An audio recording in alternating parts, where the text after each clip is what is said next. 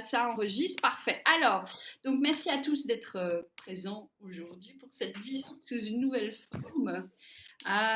Donc, c'est la toute première fois que l'on fait ça. C'est une initiative de Grégory Thirion, responsable des expositions botaniques. C'est vrai que moi je le dis souvent directeur parce qu'à mes yeux il est le directeur des expositions botaniques, mais donc il est responsable des expositions. Il va vous expliquer en quoi ça consiste parce que c'est vrai que souvent le botanique est connu comme lieu dédié à la musique, mais il y a de très beaux espaces d'exposition. Donc il va vous l'expliquer et alors c'est vraiment une très chouette chance parce qu'on a également l'artiste, donc Sébastien Bonin, qui a donc ce qu'on appelle une exposition solo qui est entièrement dédiée au botanique, qui est également présent pour faire la visite. Donc on va avoir une visite un peu particulière parce que c'est vraiment l'envie de mettre en avant quelques œuvres de l'exposition et ensuite de pouvoir peut-être vous permettre en individuel, vu qu'on ne pourra pas faire de visite groupée, d'aller voir l'exposition de visu parce qu'il y a une matière qui est très intéressante à voir dans les œuvres de Sébastien. Je vais laisser la parole. Alors je vous propose à tous de couper vos micros. Comme ça, il n'y a pas de gêne pour le bruit. Je vais le faire moi-même. Et alors, je laisse Grégory entamer la visite. Et encore merci. Bonjour tout le monde. Bienvenue. Donc, oui, merci à Stéphanie. Elle dit que c'est une de mes initiatives, mais en fait, j'ai réagi, si je me souviens bien, à des présentations vidéo que Stéphanie fait régulièrement et qui sont toujours très bien faites. Donc voilà, je me suis dit pourquoi pas le faire ici au Botanique. Ça me fait très plaisir d'être là parce que ça fait 2 mois que je ne suis plus rentré dans la salle du Botanique depuis le 11 mars, plus précisément, oui, 1 mois et 3 semaines. À cause du confinement, c'est un moyen de continuer à faire vivre l'exposition puisqu'on a malheureusement dû la fermer après 3 semaines et demie d'ouverture, je pense. Et pour Sébastien, c'est quand même 1 an et demi de travail pour préparer cette expo et presque 2 ans d'ailleurs. Et d'ailleurs, c'est une de ses toutes premières grosses expositions en institution, donc c'est vraiment quelque chose qu'on attendait tous les deux. Voilà, qu'on a dû malheureusement fermer. Alors, il est prévu de réouvrir l'exposition. On table pour le moment sur la mi-juin. On va pas courir, on va pas faire ça dès le 19 mai comme on pourrait le faire légalement. Il y a beaucoup de choses à mettre en place, l'accueil du personnel, notamment la sécurité de tout le monde, quelques aménagements à faire. Et puis on préfère aussi attendre de voir comment se passent les premières semaines d'ouverture chez nos confrères qui sont beaucoup plus armés que nous. Je pense à Beaux-Arts, le Wills notamment aussi, le 19 mai. Donc voilà, on va voir un peu comment tout se passe, s'il n'y a pas de reprise de la pandémie à la hausse. Voilà, donc on pense honnêtement que mi-juin sera une très bonne date pour recommencer. On vous tiendra au courant évidemment. Donc en attendant, on doit faire vivre l'exposition. On le fait de plusieurs manières. Ceci en est une. Nous avons participé également au programme de Culture Together que vous pouvez retrouver sur Internet, sur Facebook ou Instagram notamment, qui est une très belle initiative de Séverine Provost, qui dirige Biculture, l'agence de presse et de communication, où elle elle demande à chaque acteur culturel de Bruxelles et ailleurs en Belgique de faire une petite vidéo de présentation sur leur lieu culturel et de parler de ce qui aurait dû être présenté en dehors du confinement. Je vous invite à aller voir. Donc, on voit pas mal d'institutions. Il y en a une vingtaine pour le moment qui sont représentées. Ça a eu belle presse dans l'écho, notamment la Libre Belgique et le Soir où on en parle. Donc voilà, le monde de la culture se bouge un peu pour continuer à exister. On a des missions à assumer, elles ne sont pas terminées. Nous avons la chance de toujours avoir nos subventions, donc il faut les utiliser et on trouve le moyen de le faire. Vous trouverez sur notre site internet notamment un programme qui s'appelle Bota à la carte où vous pourrez découvrir des offres journalières pour tout notre public, que ce soit au niveau concert ou exposition. Et pour les enfants, nous faisons de très chouettes dossiers pédagogiques d'une vingtaine de pages qui revisitent toute l'année 2019 pour les enfants. Ils apprennent plein de choses, l'évolution technologique, notamment dans les années 90, puisqu'on a fait une exposition avec une projection, une vidéo 3D sur écran LED. Donc, on explique un peu de manière plus détaillée pour les enfants tous ces aspects-là d'une exposition. Alors, le Botanique, vous le connaissez de réputation, vous y êtes sans doute déjà venu. Donc, on a 2 secteurs. Le secteur musique qui propose plus de 300 concerts par an quand même. Il y a des soirées, on a 3-4 concerts, on a 3 salles de concert. Le musée, de temps en temps utilisé, donc le musée que vous voyez derrière moi, est souvent utilisé également en période de pause entre les expositions comme salle de concert. Et puis on est surtout connu pour les nuits botaniques qui malheureusement ont dû être reportées. Elles sont reportées à début octobre, 29 septembre exactement pour la date. Évidemment, si on peut le faire. Enfin, tout est mis en place pour ouvrir les nuits botaniques le 29 septembre. Et donc le deuxième secteur du botanique, ce sont les expositions. Ce sont quand même 10 à 12 expositions par an, art contemporain. Je dirige le secteur maintenant depuis presque 2 ans. Au mois de juin, ça fera 2 ans. J'ai initié un changement dans la programmation du botanique. La majorité des expositions étaient consacrées à la photographie. Donc on a pu voir William Klein, on a pu voir Joël Meyerowitz, Koudelka, Pierre et Gilles au botanique, Marie-Jo Lafontaine, de très grands artistes, Hans Op de Beek également, qui lui présentait non pas des vidéos ni des photos tirées de ces vidéos, mais plutôt des dessins. Voilà, donc moi j'ai initié une nouvelle programmation. Cette année-ci, 2020, est surtout consacrée à la peinture. On a commencé avec Sébastien Bonin, que vous allez découvrir juste après. Il est présent, donc il vous présentera lui-même ses œuvres. Nous continuerons avec Gauthier Hubert au mois de septembre et Yves Lecomte. Nous avons 2 espaces d'exposition, le musée que vous voyez ici et la galerie, qui est un espace de 150 mètres carrés. Nous pouvons dédoubler la programmation grâce à ça. Et nous terminerons l'année avec Cécile Massard, qui nous proposera tout son travail sur la question du nucléaire et la gestion des déchets. Voilà, la programmation est faite. L'année et demie à venir, elle est bien assise. Donc, s'il n'y a pas plus de perturbations avec le Covid-19, tout devrait bien aller. Une exposition fin de ce mois-ci avec Stéphane Balleux et Cédric Dambrun qui devaient nous proposer une exposition peinture et son, toute une théorie sur l'impalpabilité du son et de la peinture de Stéphane Balleux.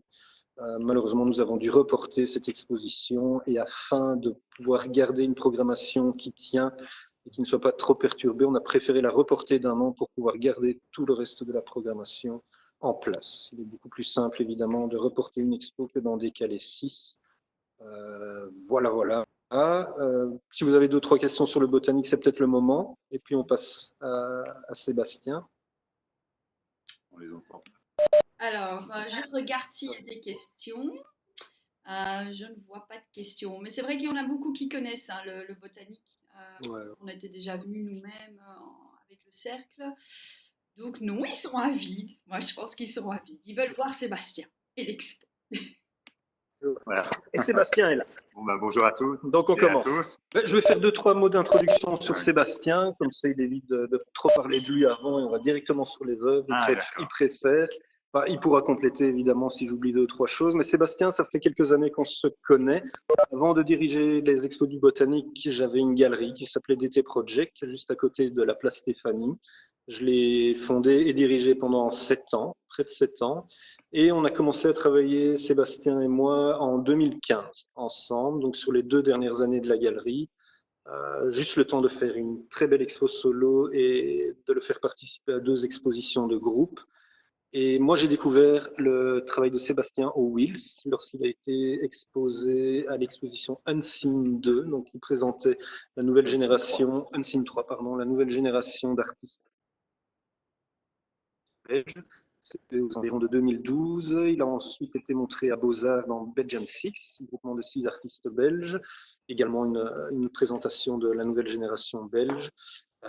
Il travaille avec Michel Rhin depuis un peu plus d'1 an, 1 an et demi maintenant, où il a déjà présenté une très belle exposition de son travail de peinture. Il faut savoir que Sébastien s'est d'abord fait connaître comme photographe, entre guillemets photographe, parce qu'il utilise le médium de la photographie, mais ne se considère pas comme un photographe. Et d'ailleurs, la majorité de ses photographies sont des photographies sans prise de vue, donc des photogrammes, des constructions de lumière grâce à une juxtaposition très savante de filtres. Un vrai alchimiste dans son atelier. Donc, il y a un côté très artisan dans son travail de photographe qu'on retrouve dans son travail de peintre, où tous les processus sont apparents. Finalement, il ne cache rien, ce qui lui permet de revenir sans cesse sur ses travaux, finalement, puisque on n'efface rien, on rajoute, les sous-couches se voient et on voit l'histoire de la construction de son travail, de sa peinture. Mais je laisse la place à Sébastien. On va peut-être, je ne sais pas si on va d'abord bonjour alors, comme je le disais, bonjour à toutes et à tous. Bonjour. Merci de participer à voilà, cette visite un peu spéciale. Je pense qu'on pourrait peut-être se diriger vers la première partie de l'exposition, qui est un peu une introduction à tout ce qui va suivre.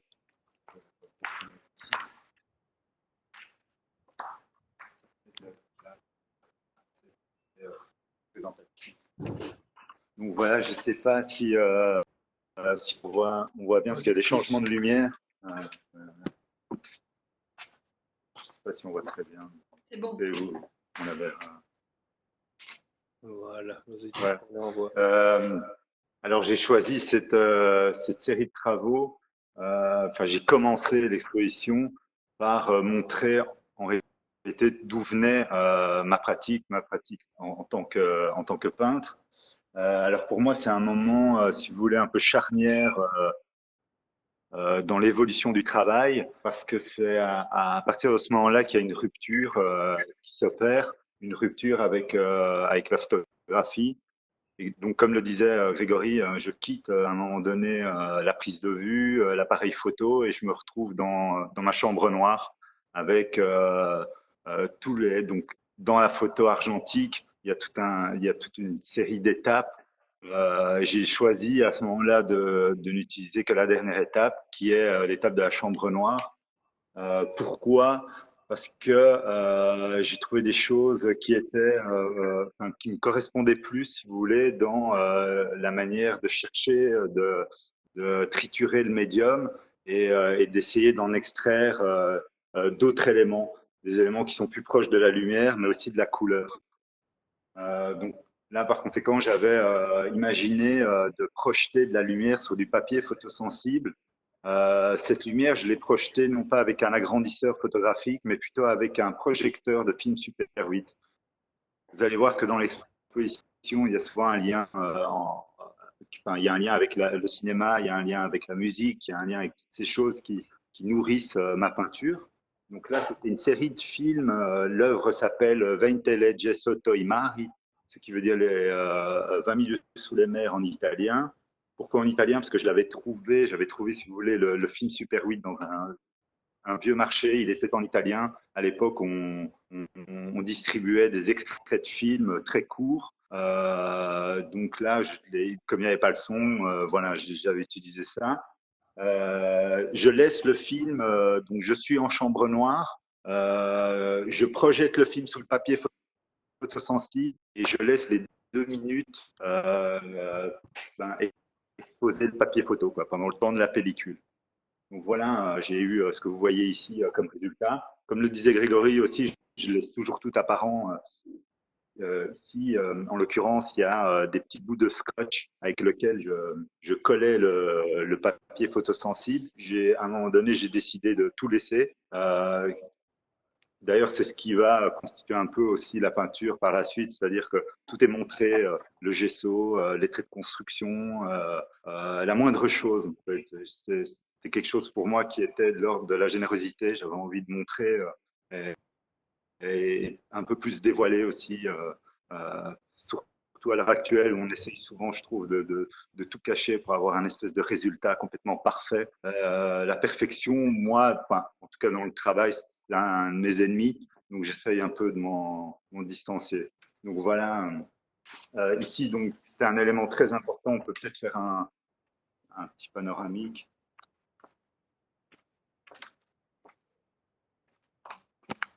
On voit, c'est assez difficile. Ouais, voilà. Si vous voyez par exemple sur ces tirages-ci, qui sont des recherches de couleurs pures, dans un agrandissement, dans un agrandisseur, il y a toutes des petites formules qui interviennent, comme tout est gradué, c'est-à-dire pour le jaune, le magenta, la densité, tout un chiffre. Et donc, j'ai décidé à un moment donné de noter les chiffres. D'ailleurs, quelqu'un pourrait tout à fait reprendre la formule et dans son laboratoire photo pourrait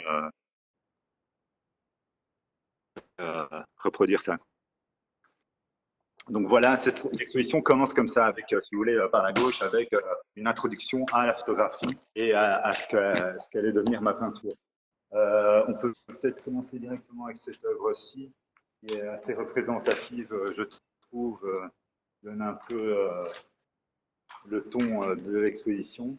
Alors, ici, donc voilà, je sais que Grégory m'a introduit de manière assez courte, mais pour revenir à ma biographie, moi j'ai fait la cambre, je l'ai fait en sérigraphie.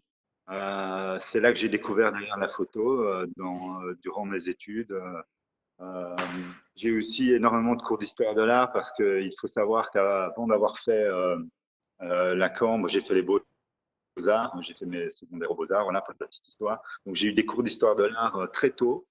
À l'époque, on projetait des dias, il n'y avait pas Internet, donc j'ai dû commencer à croquer, à faire des schématisations des peintures qu'on me présentait lors de mes cours d'histoire de l'art.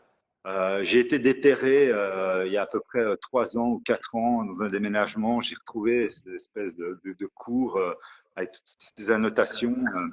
J'avais à un moment donné, enfin, à part la nostalgie, ça me touchait parce que c'était quelque chose qui me rappelait évidemment des souvenirs, mais aussi le fait d'avoir complètement caricaturé toutes ces peintures. Donc j'ai décidé à un moment donné de reprendre un Piero della Francesca où j'avais fait une annotation et j'avais fait une schématisation et donc je l'ai agrandi.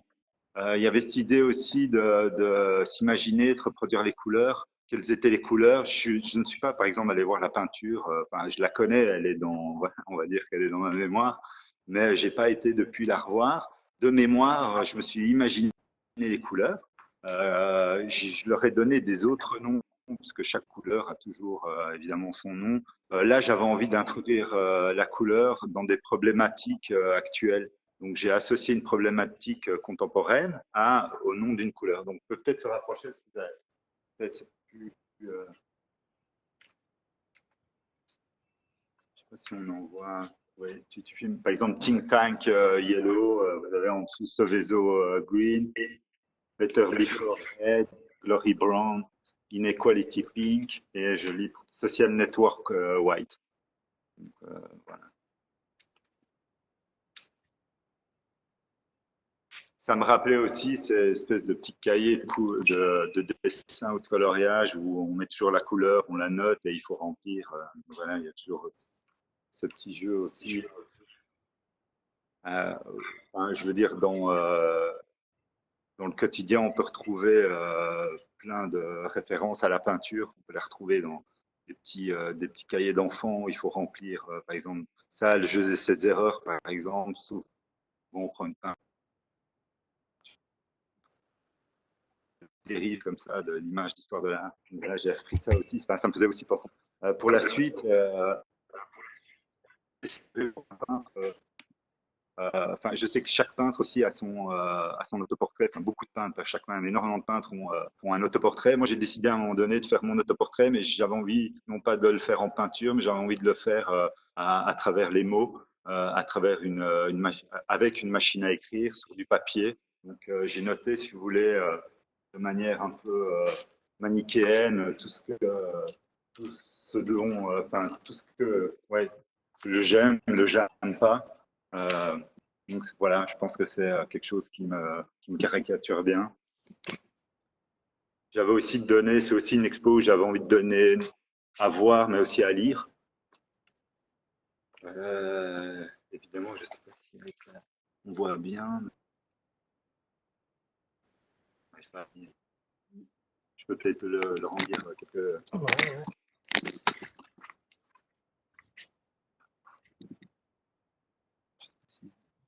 ouais. Ah oui, oui, je crois que c'est bon.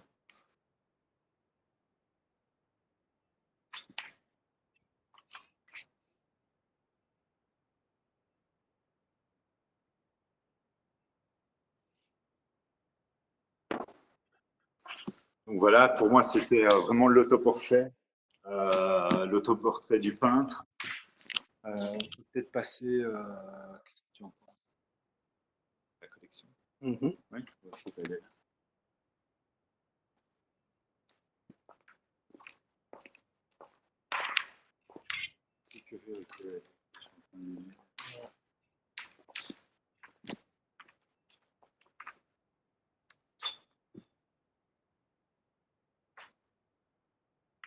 Alors pour ce travail, donc on a choisi avec Grégory d'utiliser ce travail-là, cette série-là, pour faire l'affiche.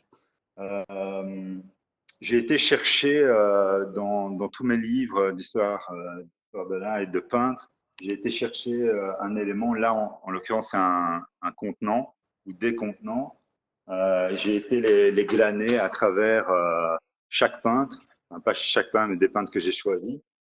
J'ai choisi, si vous voulez, Matisse, j'ai choisi Van Gogh, j'ai choisi aussi pas mal de modernes, Bonnard. J'ai été chercher pour celle-ci, par exemple, bon, c'est évident parce que c'est Morandi, mais je veux dire pour ce qui a donné d'ailleurs lieu à toute la série. Pour Morandi, j'avais eu envie de collecter, de regrouper tous ces contenants. Bon, évidemment, c'est pas exhaustif, mais j'ai été prendre tous ceux que j'avais envie de reproduire. Je les ai peints de manière comme une superposition, comme aussi un motif, d'où aussi le fait d'avoir à un moment donné avoir eu ce geste de retourner, enfin de passer la toile en format portrait et non pas paysage. C'était un moment pour moi où je pouvais définir la peinture comme une espèce de motif, une collection, quelque chose qui se superpose. Il y a aussi un état dans lequel je me suis retrouvé dans l'atelier en faisant cette série-là. C'était le fait de rentrer dans l'atelier et de ne plus, comme la peinture avait été pensée au préalable, pouvait uniquement m'adonner au fait de trouver des couleurs, de pratiquer le geste, de peindre et uniquement peindre. C'était un moment assez important pour moi. C'était un moment d'évasion aussi dans tout le travail où je pouvais plus si vous voulez, euh, plus, non pas m'épanouir, mais moins me poser de questions. Ouais. Ensuite, on va peut-être passer au. Alors, vous allez voir dans l'exposition, donc l'exposition aussi a été compartimentée en deux espaces qui. Ça va compartimentés en deux espaces. Donc, vous allez voir, il y a le bas et le haut. Alors pour moi, c'était quelque chose qui forme une unité, mais aussi il y a évidemment une différence parce que le bas, c'est plus de l'ordre de la documentation. Il y a un changement de format, il y a un changement aussi des fois de médium. On voit de la photographie, on voit aussi du papier, on voit d'autres choses. Et c'est plus chaotique. C'était aussi un moment où qui était moins préparé, le bas de l'exposition. Le haut a été on va dire, a été plus prémédité parce il a été d'abord constitué sur il a été articulé sur une maquette. Donc il y a quelque chose qui est aussi, il y a un rythme qui est constant en haut, tandis qu'en bas c'est quelque chose qui est plus dissonant. C'est marrant ces petits jeux de.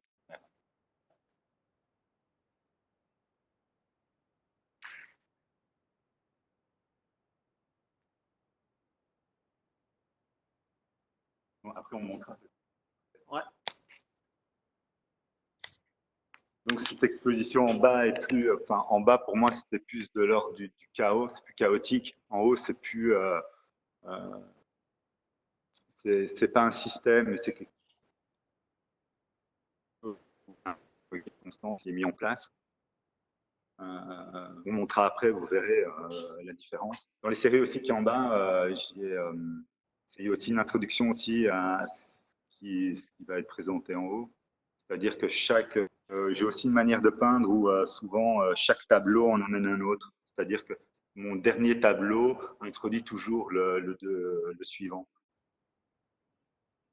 Alors pour parler un peu aussi, tu veux peut-être aller voir ça?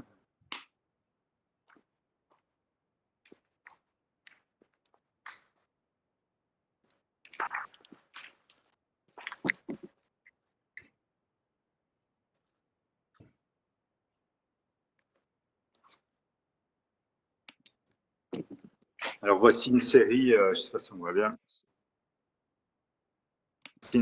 traverse vraiment toute l'exposition. Donc on en trouve en bas, on en trouve en haut. Pour moi, c'est un peu le fil qui, euh, qui passe à travers le tout.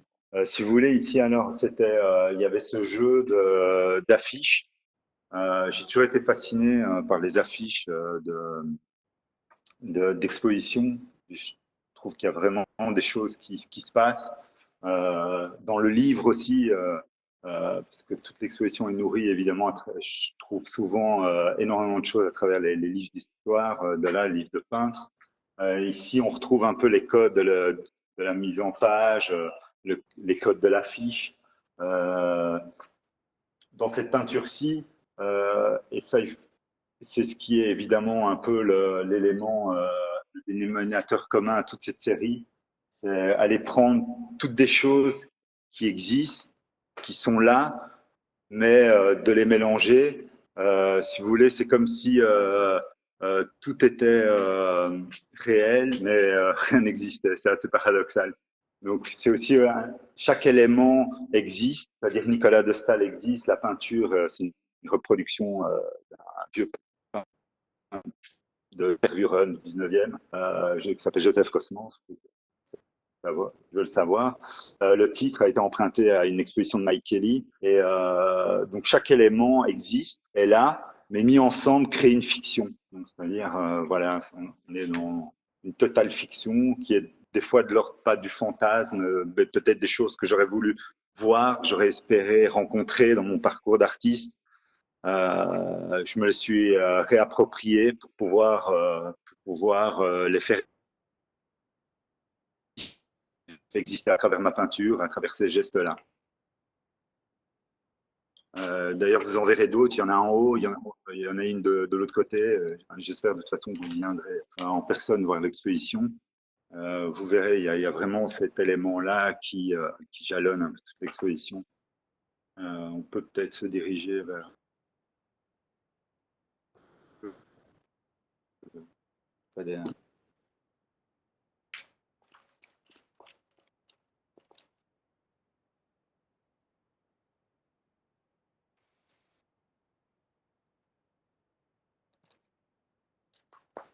Donc pour celle-ci, là encore une fois, j'ai été chercher des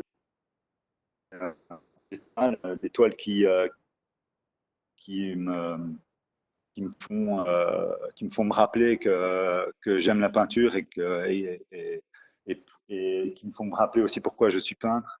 Celle-ci et toute cette série-là, c'est tous des éléments qui sont proches de ma biographie. Bon, là, c'est un Saint-Sébastien, vous devinerez assez facilement pourquoi Saint-Sébastien. J'en ai fait d'autres avec Saint-Michel tuant le dragon ou tuant le démon.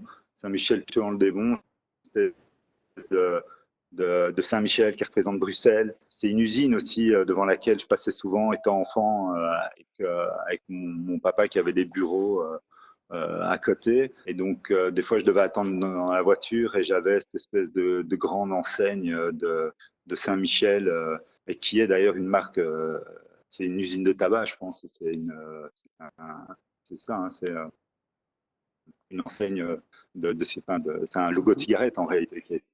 Et donc, qui a adoré, peut-être certaines personnes peuvent s'imaginer où c'est ou ce que c'est, mais bon, voilà. Et donc, j'ai fait ça avec Saint-Michel, de démon, Saint-Sébastien. J'ai repris aussi une peinture de Todd Hicks où il présente une peinture très touchante où il peint sa fille qui doit avoir, à mon avis, 8 ans sur la peinture. Alors, je suis papa depuis peu, donc peut-être que c'est aussi quelque chose qui a traversé ma vie. Donc voilà, je les ai peintes aussi. Il y a un élément aussi qui est important dans ces peintures-ci, c'est que je colle des photocopies d'histoire de l'art, de livres d'histoire de l'art, pardon. Donc je les colle. Il y a cette espèce de trace aussi qui est effacée de l'élément photocopié. Voilà. Donc comme on le disait aussi au début, il y a toujours cette trace, il y a toujours la volonté de vouloir montrer une archéologie de la peinture.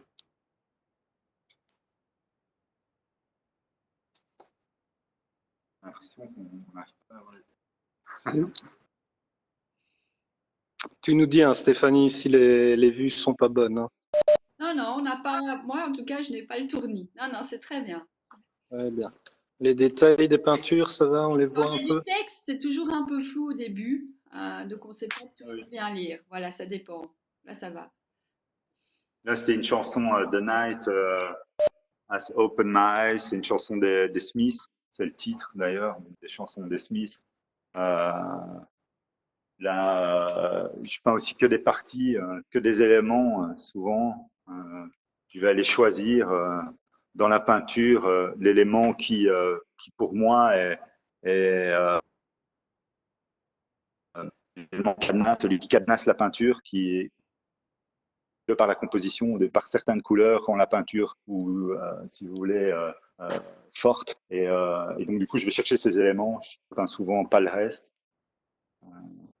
C'est des choix aussi. C'est agréable de faire ces choix, de ne prendre uniquement ce qu'on a envie de faire, ce qu'on a envie de peindre.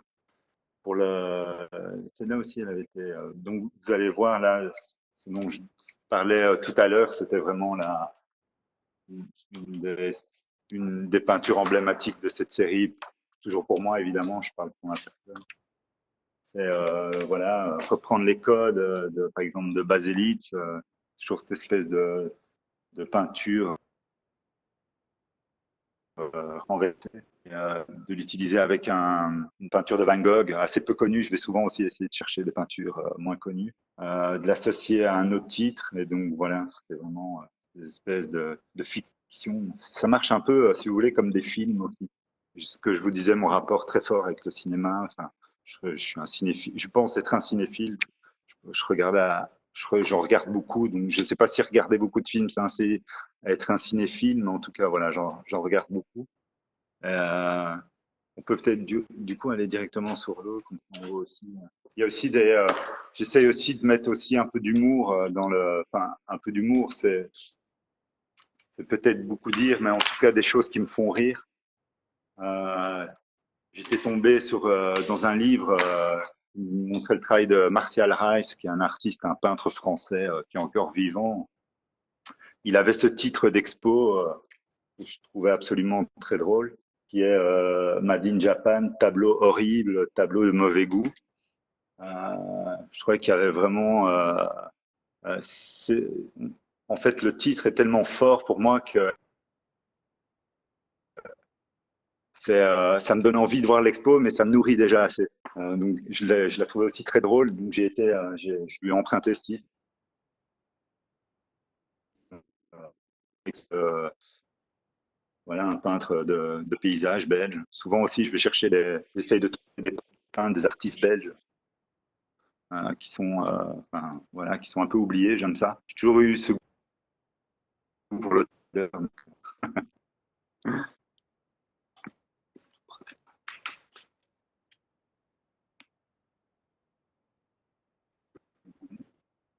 Ouais.